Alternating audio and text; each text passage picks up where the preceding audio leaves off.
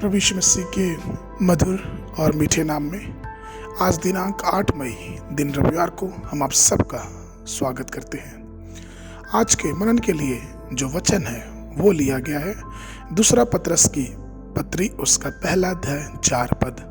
वचन कहता है, जिनके द्वारा उसने हमें बहुमूल्य और बहुत ही बड़ा प्रतिज्ञाएं दी हैं, ताकि इनके द्वारा तुम भी उस सड़ाहट से दूर होकर जो संसार में बुरी अभिलाषाओं से होती हैं, ईश्वरीय स्वभाव के सहभागी हो जाओ।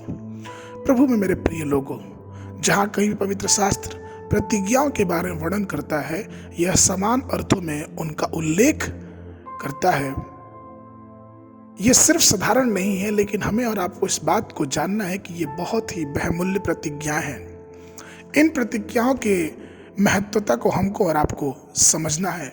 ये उत्तम प्रतिज्ञाएं परमेश्वर ने हमें और आपके लिए रखी हैं। एक व्यक्ति के लिए दूसरे व्यक्ति से प्रतिज्ञा करना कितनी सामान्य बात है। सरकार हर वर्ष अपने लोगों से, अपने अधिकारियों से विभिन्न प्रकार की प्रतिज्ञा करता है, लेकिन कई बार ऐसा होता है कि उन प्रतिज्ञाओं को पूरा करने में वो विफल हो जाते हैं, वो सफल नहीं होते।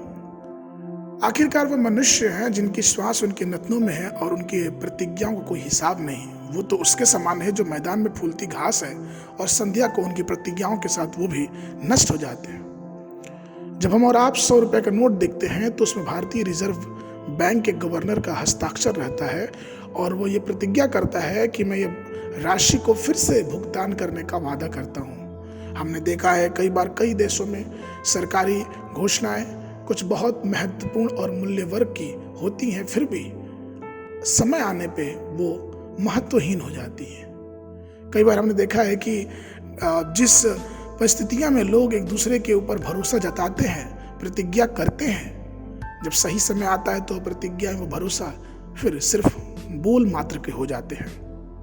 लेकिन प्रभु के लोगों, परमेश्वर की प्रतिज्ञाएं ऐसी नहीं। मत्ती रचित सुसमाचार उसके 24:35 में परमेश्वर का वचन कहता है, आकाश और पृथ्वी टल जाएगी परंतु मेरी बातें टलेगी नहीं।